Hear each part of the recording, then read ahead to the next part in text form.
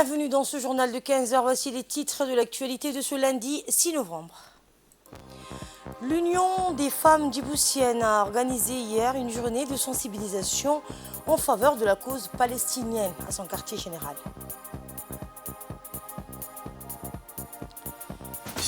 Et près de la moitié des hôpitaux gazaouis ne sont plus opérationnels aujourd'hui en raison du conflit sur le territoire selon l'ONU.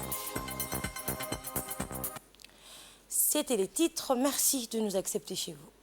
Le Premier ministre Abdelkader Kamel Mohamed a reçu le nouvel ambassadeur de la Libye, Abdelnomen Mohamed Younes. Au cours de cet entretien, le nouvel ambassadeur s'est réjoui des relations d'amitié et de fraternité et de coopération entre son pays et le nôtre et exprime sa détermination à œuvrer au renforcement des échanges solidaires entre les deux nations. Il a également rappelé l'importance de la République de Djibouti dans les relations internationales et la détermination du président du Conseil présidentiel de l'État de Libye à œuvrer à l'accroissement et au renforcement des liens d'échange, de solidarité et de coopération entre les deux pays et les deux peuples.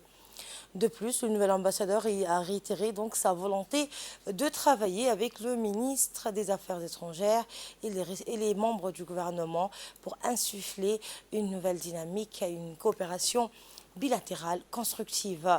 Pour sa part, le Premier ministre a, comme à l'accoutumée, souhaité la bienvenue à Djibouti aux diplomates libyens et a formé les vœux de succès et de réussite en lui assurant son soutien plein et entier dans l'accomplissement de sa mission. L'Union nationale des femmes djiboutiennes, l'UNFD, a organisé hier une journée de sensibilisation en faveur de la cause palestinienne à son quartier général.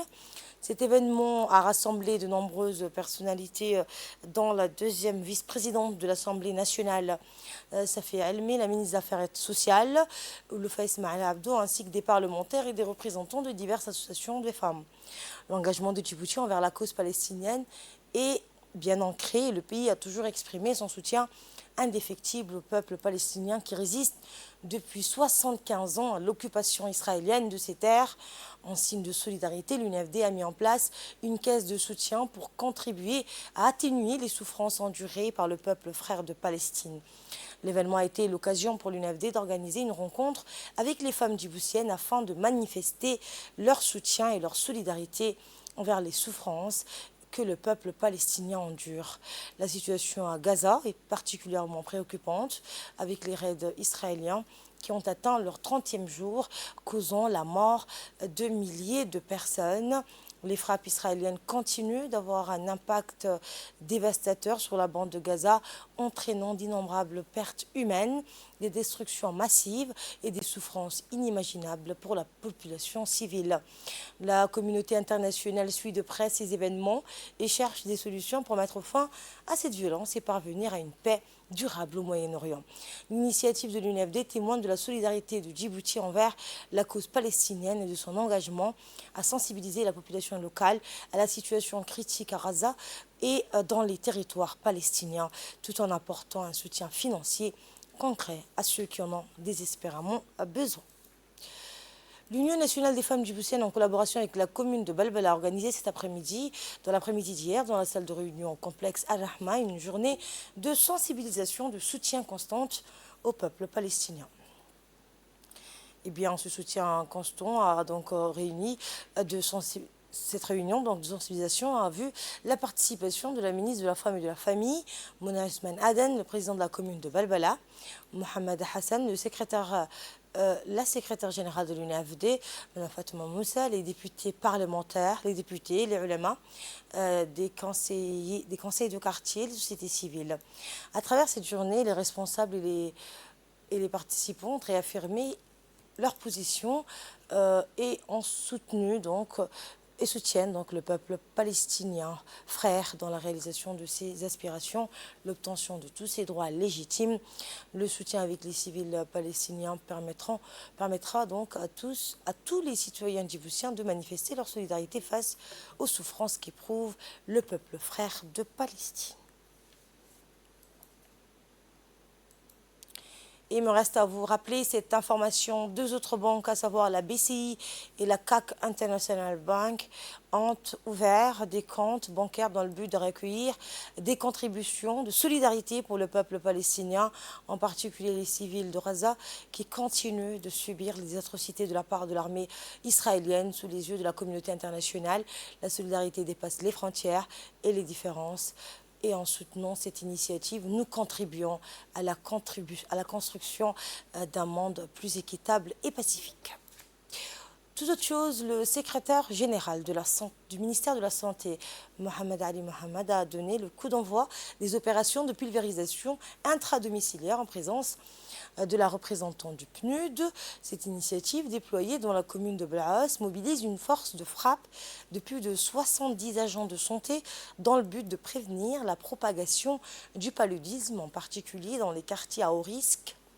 S'ajoutant à cette mobilisation, pas moins de 200 mobilisatrices issues de ces quartiers apportent leur précieuse contribution à cette vaste campagne de pulvérisation intradomiciliaire. Cette stratégie consiste à appliquer un produit insecticide à effet rémanent, assurant une protection efficace pendant 7 mois. L'objectif est de procéder à ces opérations de lutte antivectorielle sur une période de 28 jours, couvrant ainsi l'ensemble des foyers des quartiers ciblés. Cette action vise à atténuer les risques de prolifération des moustiques, particulièrement pendant les saisons pluvieuses et fraîches.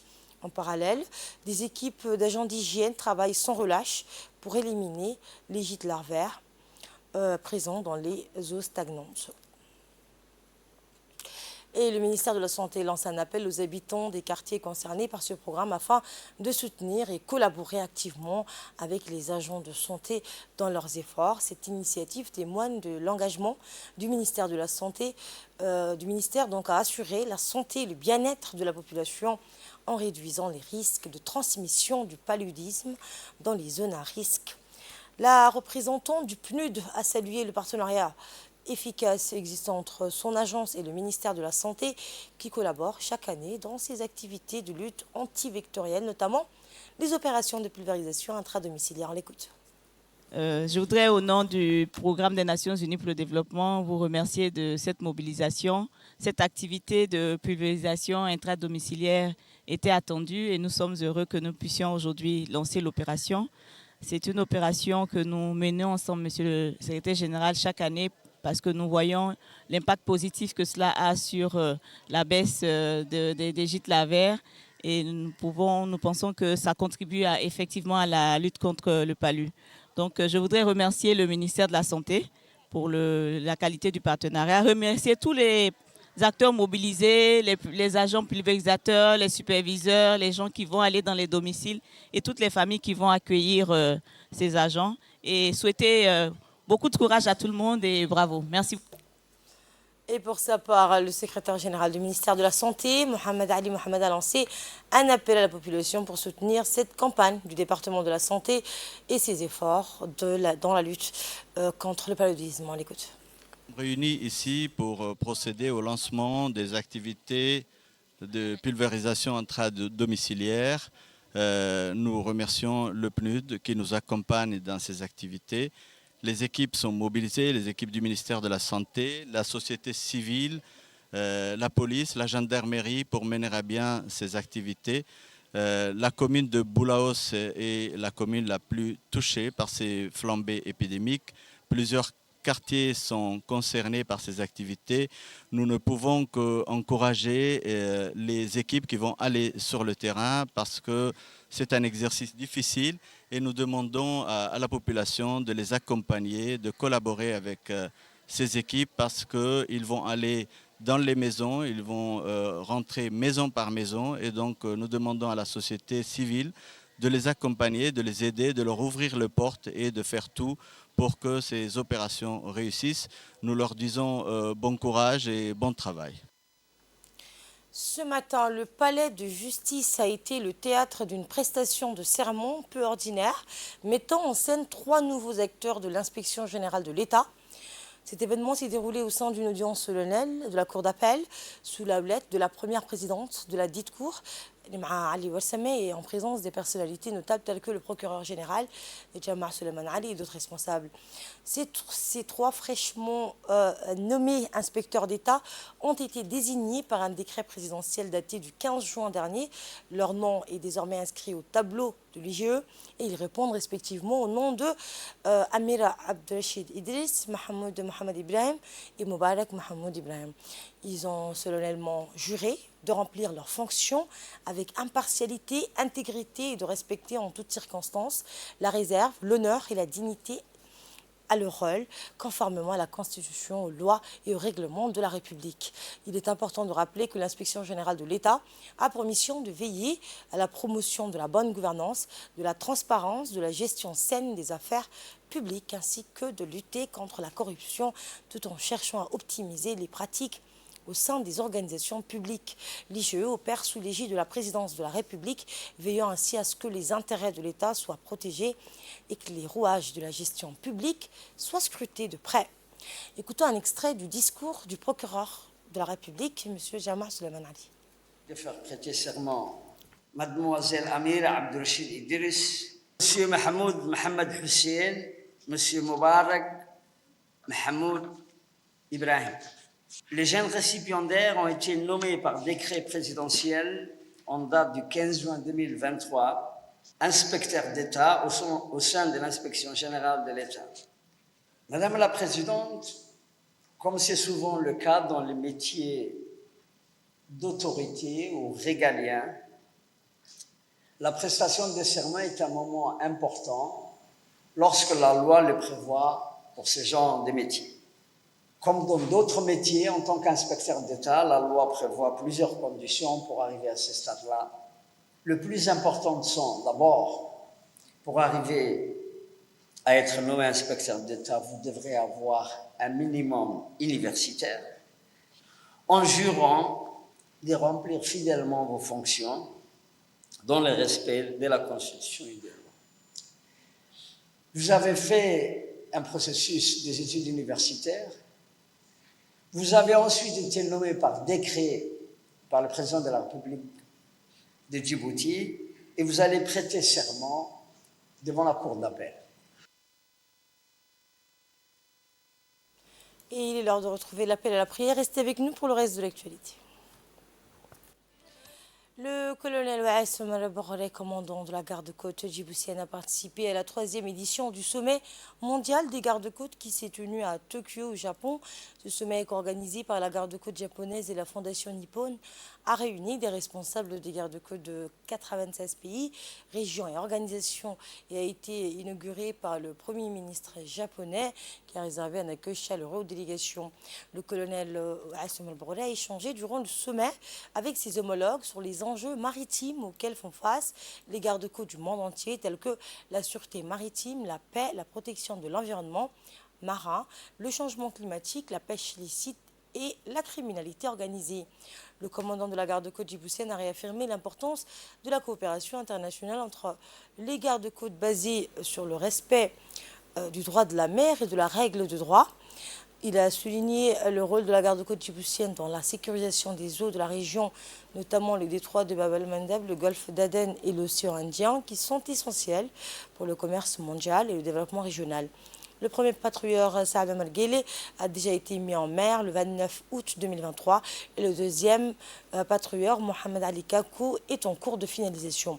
La visite au sein des chantiers navals a été l'occasion de s'entretenir avec les responsables de la société sur l'avancée des travaux qui continuent à un rythme normal et saluer l'excellence et l'expertise déployées pour finaliser ce projet d'acquisition de 2 patrouilleurs qui vont considérablement renforcer la portée et l'impact des missions de sécurité et de sûreté maritime de la garde-côte djiboutienne. Le colonel Wassem al-Borré a aussi l'occasion de visiter donc il a aussi eu l'occasion de visiter les ateliers et inspecter la qualité des matériels et des pièces détachées qui seront utilisées pour équiper les 2 patrouilleurs. La livraison des 2 patrouilleurs de la garde-côte djiboutienne est prévue en novembre 2024.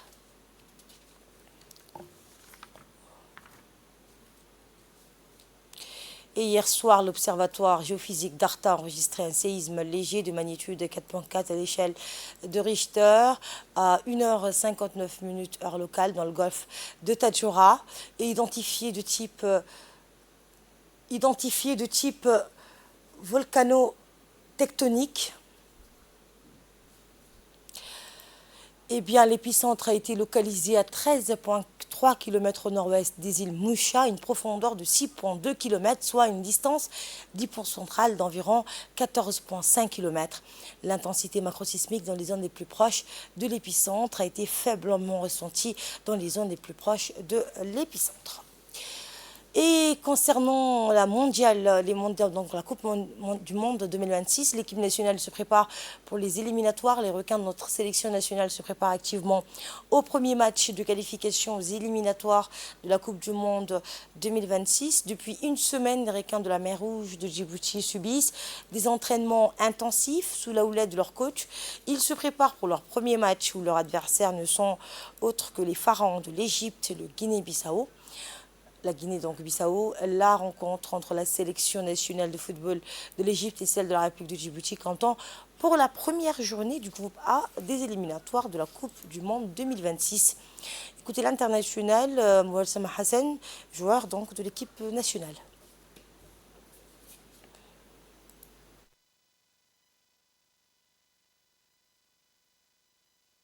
Donc nous sommes en préparation pour les deux matchs à suivre en Égypte.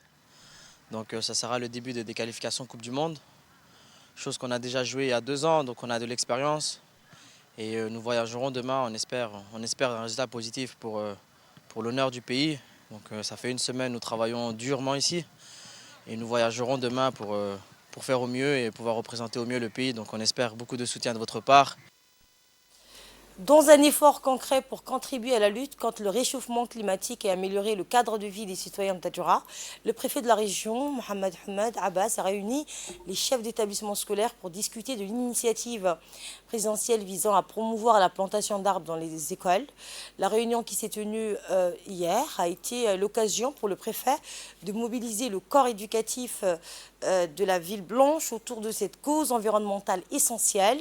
Le préfet a souligné l'importance de cette action dérivant de la vision du président de la République pour préserver l'environnement et lutter contre les effets du changement climatique. Après avoir échangé avec les chefs d'établissements scolaires sur l'importance de la plantation d'arbres, le préfet a entrepris de distribuer des plants d'arbres donc aux responsables des écoles présentes. Cette distribution symbolise un engagement concret à réaliser l'objectif fixé par l'initiative présidentielle. La réunion s'est clôturée par une action concrète sur le terrain. Le préfet s'est rendu à l'école bilingue de la région en compagnie de l'inspecteur de la région pour planter des arbres. Cette démarche illustre l'engagement des autorités locales à montrer l'exemple et à encourager la communauté éducative à s'investir dans la préservation de l'environnement. La plantation d'arbres dans les établissements scolaires contribuera non seulement à verdir les espaces éducatifs, mais aussi à sensibiliser les élèves à l'importance de la protection de la nature. Cette initiative exemplaire montre que les autorités Tadjoura prennent des mesures concrètes pour un avenir plus durable et respectueux de l'environnement. Je vous le disais en titre, près de la moitié des hôpitaux razaouis ne sont plus opérationnels aujourd'hui en raison du conflit sur le territoire. Suite aux attaques qui continuent depuis le 7 octobre dernier, la bande de Gaza est régulièrement touchée par des bombardements de l'armée israélienne. Le blocus de Gaza décrété Israël a également engendré une pénurie d'eau potable, d'électricité et même de nourriture. Une situation compliquée pour les hôpitaux de la zone.